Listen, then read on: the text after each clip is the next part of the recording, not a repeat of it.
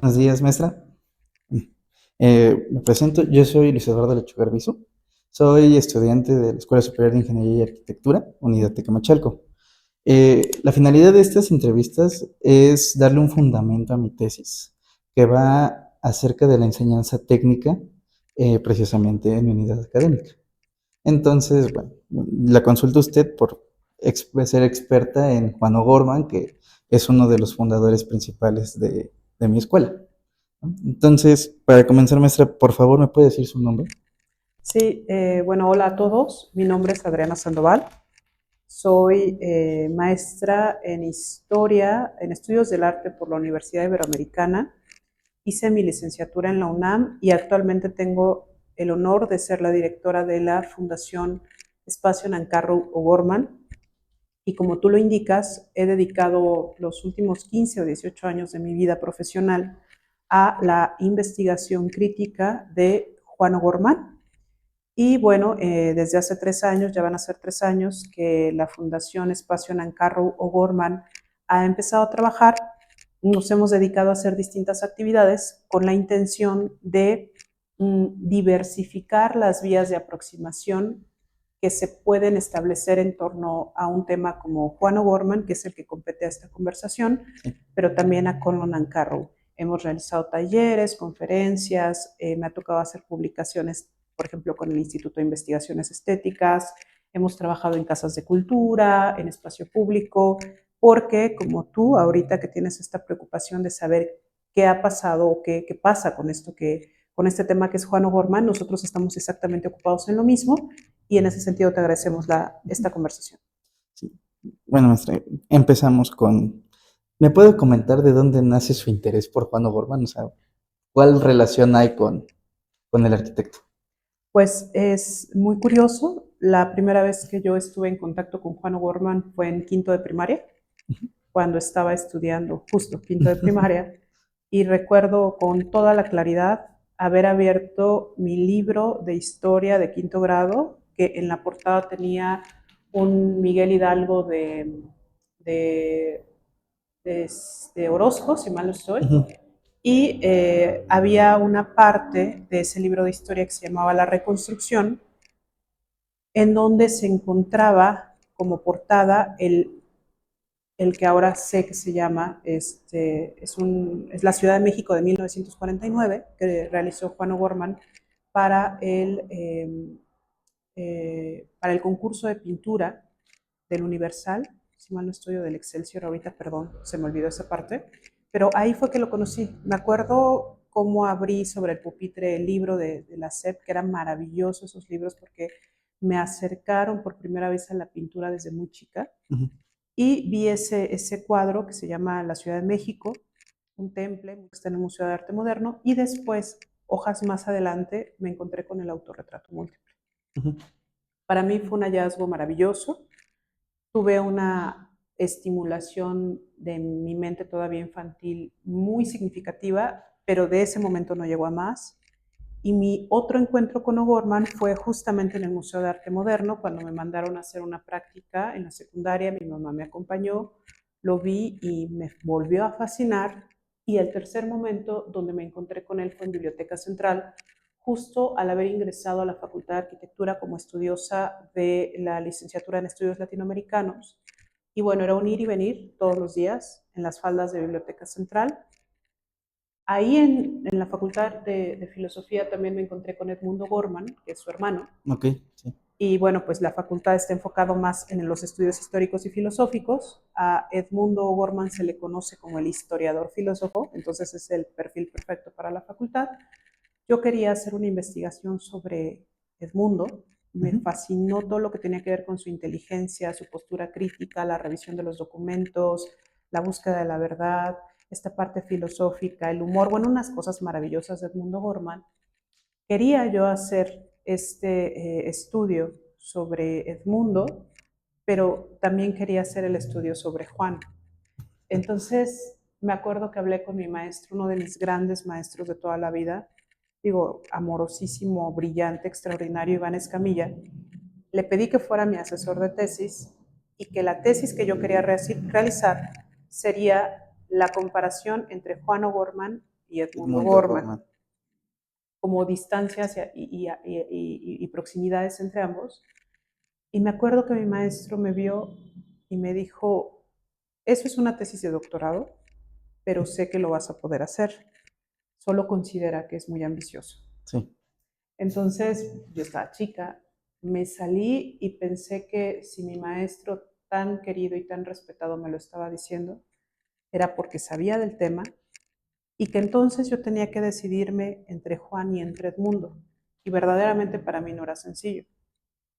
Me acuerdo ir saliendo de la clase rumbo a la parte donde está la biblioteca central en la noche, y de verdad esto parece una película porque todos estos episodios los recuerdo con claridad, y observé Biblioteca Central buscando la respuesta de hacia dónde me iba a mover, y pensaba que si me dedicaba a estudiar historia Ujú. con Edmundo, sería Edmundo en el sentido de la historia, documentos, y que quizás no era algo que me atrajese tanto. Mientras que Juan representaba de alguna forma realizar ese sueño que yo tuve años atrás, perdón, cuando quise estudiar arquitectura y Ok. cuando quise estudiar pintura. Entonces dije, claro, me puedo dedicar a la historia y es una manera de vincularme con el mundo del arte, y así es como decidí por Juan Gorman. O'Gorman, y desde ahí nació esta aproximación. Ok. Entonces ha sido un gusto desde niña, básicamente. Primero fue un gusto, Ujú. Eduardo, y Sí. después ya en un término profesional fue un reto. O sea, de verdad, Juan Ujú. O'Gorman es un sujeto que nace en 1905, muere en 1982, y cuando tú ves su línea del tiempo dices, bueno, es que le tocó vivir un montón de cosas, Sí. ¿no? O sea, desde la Revolución Mexicana, ser un hijo de la Revolución a nivel local, que es una de las primeras revoluciones del siglo XX en el mundo. Después le toca lo que es el sueño de modernidad del Estado postrevolucionario, Ujú. su participación en Sí. CEU. Le toca la Primera y la Segunda Guerra Mundial. Digo, la primera estaba muy chiquito. Ujú. Una primera mitad del siglo XX sumamente convulsa. Y él era un hombre muy sensible, muy inteligente, muy informado, que le tocan acontecimientos verdaderamente difíciles. Ok. Entonces, esa sensibilidad que él tuvo, más la sapiencia de haber estudiado arquitectura, pero también haber alimentado su gusto por la pintura y una técnica impresionante, en realidad más, bueno, ahorita podremos hablar más acerca de las particularidades del trabajo de Juan, pero en realidad a nivel profesional se convirtió en un reto. Ujú. Yo siempre lo digo como una especie de rompecabezas que yo iba sacando piezas y no se terminaba, y a 18 años de distancia sigo buscando piezas. Ujú. Y no solo en este sentido como de fetiche o sacro, sino entender cómo O'Gorman también en lo personal me ha permitido ir conociendo un México del cual poco se habla.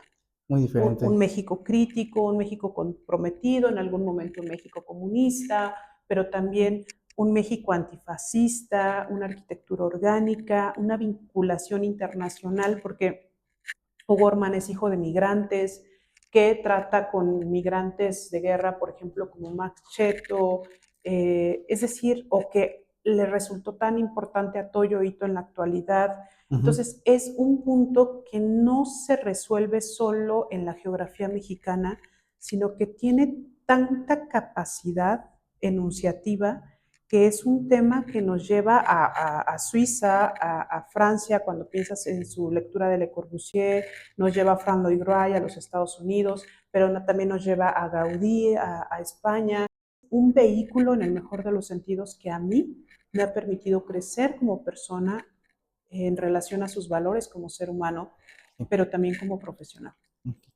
Sí, justamente ahorita que menciona esta parte de todo lo que le toca vivir a Juan O'Gorman durante su vida, creo que es un punto muy importante que nos habla de su personalidad. Digo, un tanto quizás de su generación, de la personalidad de su generación, pero en particular yo creo que dentro de lo que he leído me he dado cuenta de que Juan Legarreta y Juan O'Gorman compartían muchas cosas.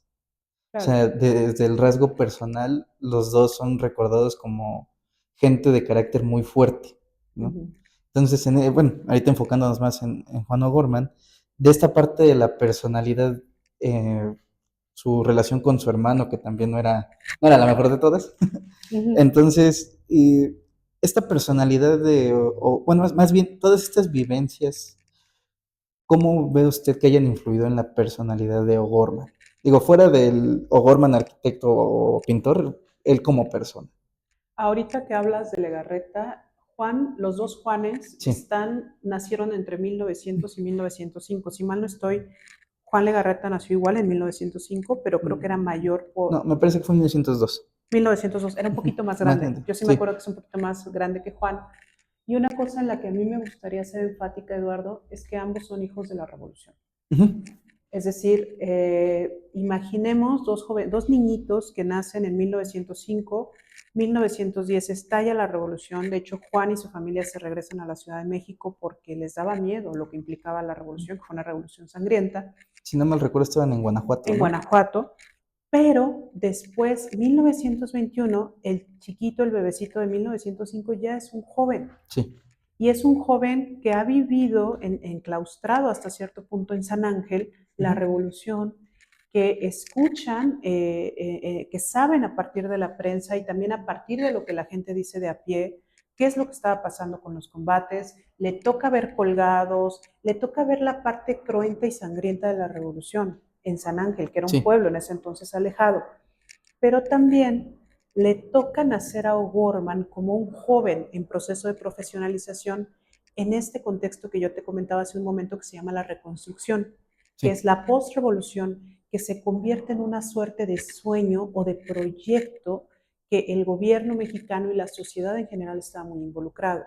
Es decir, los jóvenes nacidos entre 1900 y 1905 estaban respaldados por ese deseo de mejorar las condiciones de vida y ellos tenían la vitalidad por la edad, pero también tenían la vitalidad a diferencia de, por ejemplo, sus profesores como Obregón Santa Cilia y Villagrán, no tenían esos compromisos políticos Ujú. previos. Estaban jovencitos, tenían toda la inteligencia del mundo, tenían toda la vitalidad de la edad y a consecuencia de eso se van, pero con todo. Sí. Por eso es que son tan radicales y tan idealistas, porque su propio contexto se los permite. Ok. Desafortunadamente, platicamos hace un rato, Legarreta muere. Sí. No sabemos qué habría pasado con él, pero Juan, en este término de qué hubiera pasado, sí vive y vive muchos años hasta 1982. Y regreso a este punto donde te digo, bueno, México, ¿cuánto cambia? El Ujú. mundo, ¿cuánto Sí. cambia? Solamente pensemos en México, ¿cuánto cambia en México de 1921 versus el 1952 versus 1982? Son Ujú. unos cambios significativos. Entonces, yo sí tendría que señalar que es un hijo de la revolución y esta revolución la lleva hasta últimas consecuencias. Ok. ¿En qué sentido, Eduardo? No es un arquitecto comunista, socialista, radical de discurso. No. Es un arquitecto que, por ejemplo, para que nos entiendan, cuando le llega a sus manos el proyecto más hermoso para O'Gorman, que fue la construcción de las escuelas primarias, Ujú. lo contrata Narciso Basols como jefe del departamento de la SEP, con apoyo de Guillermo Zárraga, que era otro Sí. gran radical, pero más Más viejo. grande. Resulta ser que O'Gorman dice, bueno, voy a hacer con este $1,000,000 muchísimas más escuelas que la escuela Benito Juárez, que eso lo sabemos, ¿no? Sí. Pero hay una cosa que se les olvida a los compañeros y que a mí me gusta mucho hablar. O'Gorman se pone a hacer los cálculos y las cotizaciones para las bisagras de la puerta, para el tipo de piso que se va a poner en el patio, para el tipo de muebles que se van a incorporar, para los lavamanos, para las regaderas. Pero en ese cálculo meticuloso, Eduardo, y quienes nos acompañan, incluye también una disminución de sus ingresos como arquitecto. Ok. Es decir, O'Gorman no solo dice la arquitectura es una herramienta de transformación Ujú. social, el arquitecto tiene que estar a servicio del pueblo en el Sí, ámbito claro. meramente discursivo y yo vivo como un burgués beneficiado por el Estado Claro. bajo la necesidad que tiene de obra pública. No, yo soy un obrero más y en ese sentido se me va a pagar lo mínimo para que un niño tenga regaderas. Sí, de hecho, Eso es Juan O'Gorman. sí, de hecho, esa parte que menciona de las escuelas también es una anécdota, una historia que no se da mucho a conocer por precisamente el arquitecto competencia, por decirlo de alguna forma, de momento, ¿no? Que era Obregón, precisamente Obregón Santa Cilia, ¿no? Entonces, por ejemplo, lo que yo he notado es esta parte de, sí hay ciertas variantes entre los discursos y las acciones, digo, naturalmente, pero dentro de todo me llama mucho la atención que en sus memorias Juan O'Gorman menciona esta parte del... Yo, bueno, lo dice tal cual, yo no me consideré perdón, comunista en su momento, ¿no? Que si no mal recuerdo ahí fue también uno de los problemas que tuvo con su hermano. Ujú. Y él dice, me junté con gente que en su momento fue comunista, pero yo no me identifiqué nunca como comunista, sino que yo entendí que la necesidad del pueblo era la que prediqué, ¿no? Digamos.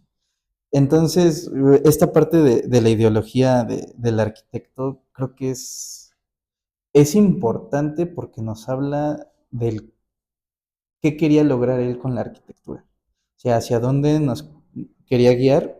Y precisamente en las pláticas de 1933 hace esta mención de decir, el México de hoy necesita edificios que sean más ingeniería que arquitectura. Digo, referente a una contradicción con los academicistas, ¿no? O todavía eran muy ornamentales sus edificios. Eh, entonces, por ejemplo, ¿qué me puede mencionar usted de esta parte ideológica de Juan? Sí, a Juan hay que entenderlo en dos momentos, pero quiero ser de nuevo enfática. No es Juan O'Gorman actuando de manera autómata, Ujú, es claro, Juan O'Gorman, digo para quien nos escucha, es Juan O'Gorman actuando en consecuencia de su tiempo. sí, Como lo decíamos, un jovencito hijo de la revolución que quiere poner en práctica los principios de Le Corbusier, porque él entiende que a menos costo, mayor sí, sí, beneficiado, claro. mayores beneficiados. En ese sentido es muy radical, pero también se exacerba su radicalidad a nivel de discurso, por ejemplo, al formar parte de la Unión de los Arquitectos Socialistas, Ujú, o en el sentido de decir es que tenemos que derrumbar la ciudad y hacer la ciudad sí, nueva porque las ruinas son este sueño infantil de la sociedad por permanecer generación tras generación cuando lo que se necesitan son baños y regaderas y viviendas dignas, ¿no? O sea, ujú, es una radicalidad que se entiende en su tiempo por la Revolución Mexicana, pero también, Eduardo, por la batalla que está librando con sus antecesores, sí, que hay un claro. celo impresionante y que tiene que radicalizar su discurso para poder tener un contrapeso versus esa tradición Ujú, arquitectónica. sí, Eso es una parte que hay que considerar. Ahora bien, el arquitecto de 1949, 1952, cuando Gorman realiza Casa Cueva, Casa Nancarro y Biblioteca Central, es un arquitecto muy distinto. sí, ¿Por qué? Porque también el mundo ha pasado la Segunda Guerra Mundial y estamos en un contexto global. ujú, O'Gorman ya no está peleando con el gremio local, del cual ya se desilusionó, ni siquiera tiene ya interlocución real con ellos, ok, había dejado la arquitectura durante por lo menos 15 o 12 años, pero O'Gorman ahora está de cara hacia afuera. La revolución interna ya no tiene tanta fuerza, O'Gorman ha madurado como ser humano y ahora ha estallado la guerra, la bomba de Hiroshima y O'Gorman está totalmente absorto mirando hacia afuera. O'Gorman se desilusiona de sus primeros preceptos de la revolución. Se da cuenta que no se pueden llevar a cabo por un problema muy grande que sigue hasta nuestra fecha, que es la vinculación entre corrupción y arquitectura. ujú, Corrupción e ingeniería, sí, corrupción y desarrollo inmobiliario, claro. ¿no? Entonces, él se da cuenta de que esos son los términos y se da cuenta que no quiere estar ahí. Ujú, Ahora bien, hacia los años 50, ¿cuál es la batalla que va a enfrentar O'Gorman? Porque O'Gorman es eso, un contrapeso, una postura crítica frente a lo que está pasando. Por eso es lo que tú comentas, algo muy ideológico. Es decir, cuando la mente, lo que se piensa, supera lo material sí, o los hechos que nosotros llevamos a cabo. En este segundo momento se da cuenta que quienes están amenazados ya no son los pobres, porque esos ya están en el inframundo. ujú, Estaríamos hablando de un capitalismo súper avanzado, donde ya no es trabajadores y burgueses o dueños de producción, sino la vida amenazada por el capitalismo. Sí. O'Gorman lo sabe en 1952 y tú lo puedes ver en todas sus obras, y ahí O'Gorman está haciendo de la arquitectura un dispositivo para generar conciencia sobre la importancia de la vida. Por eso es que su segundo momento es una arquitectura orgánica. Dice, tenemos que parar, lo vertical no es la vía, los materiales de innovación no son por sí mismos la solución. En este proceso de desarrollo masivo hemos transgredido la identidad que a 30 o 40 años de distancia te das cuenta que ha pagado un costo muy alto la clase popular, que es ahora todavía más anónima, y que además los animales, las plantas, las piedras, esta visión tan compleja de O'Gorman, dice, están en peligro. Sí. Mi momento como arquitecto, en un segundo momento, será a favor de generar conciencia. Y por eso, cuando México está teniendo los grandes o los primeros edificios altos, no quiero llamar rascacielos, pero sí altos, la arquitectura vertical de mano, por ejemplo, de Mario Pani, sí. O'Gorman va a construir la casa cueva. Yo decía antes, como un retorno a la caverna. Es decir, el arquitecto que está construyendo hacia la verticalidad para y dice, conozco muy bien la técnica, pero es momento de parar y regresar a la caverna, en el sentido de que la caverna implica el origen de la humanidad, que está siendo amenazada justamente como humanidad. ¿No? En esta parte para mí es muy importante. Sí, ok. ¿No? Dos jovencitos peleando contra las generaciones pasadas, radicalizándose lo más que se podía, con objeto de decir, aquí estamos, y la arquitectura ya no puede seguir siendo lo que es, que durante el siglo XIX se había resguardado mucho en el tema de la decoración, sí. Esta parte más vinculada hacia lo estético, pero lo estético en un sentido más decorativo. ¿No? Sí. Entonces ellos dicen, no podemos porque es anti... Es en contra de la propia naturaleza de la arquitectura. La arquitectura ha sido creada para resolver una necesidad humana. Y la necesidad humana es o primero comes o primero te vistes. En un término ya muy difícil, pues primero comes, ¿no?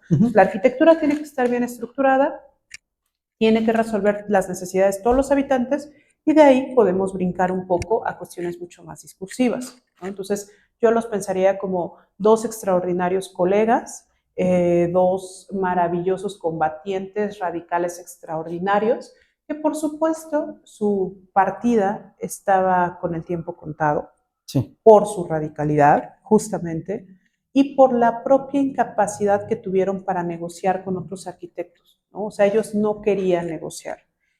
Hay una cosa que a mí me gustaría comentarte, Eduardo, y a quien nos escucha, es que esa radicalidad, esa ideología tan exacerbada, que puede resultar incómoda e incluso un poco infantil para muchos arquitectos en la actualidad, podríamos pensar que sí fue cuestionable, repito, era una cosa de tiempo, de que no se realizara, pero se convierte en un patrimonio, porque es de ahí, de esa pequeña lucha que duró para Juan Legarreta, que murió muy joven, es una lucha que puede inspirar en la actualidad. Y no en el sentido romántico, sino en el sentido de, a ver, compañeros arquitectos, esto les antecede. Sí. En este tiempo, estos jovencitos de su misma edad estaban preocupados por la vivienda del obrero, por la escuela del obrero, por los hospitales para los obreros, la dignificación de la clase popular o la clase trabajadora.